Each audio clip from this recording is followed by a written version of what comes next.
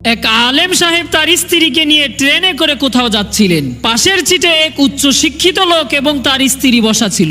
লোকটির স্ত্রীর গায়ে ছিল বেশ খোলামেলা পোশাক। এক সময় ওই উচ্চ শিক্ষিত লোকটি আলেমকে শুনিয়ে বলতে লাগলো, মোল্লারা তাদের নিজেদের বউকে আবদ্ধ করে রাখে, তাদের কোনো স্বাধীনতা নাই। তখন আলেম সাহেব বললেন, ভাই আজকে দেখবো কে কে শয়তানকে হারিয়ে আল্লাহকে ভালোবাসে। আর যারা আল্লাহকে ভালোবাসে চ্যানেলটিকে লাইক ও সাবস্ক্রাইব করে যাও। যারা শয়তানকে ভালোবাসে ভিডিও থেকে দূরে থাকো আর কমেন্ট বক্সে আল্লাহু আকবার লিখে যাও। আপনার ওই ব্যাগের মধ্যে আছে কি? লোকটি বলল, কেন?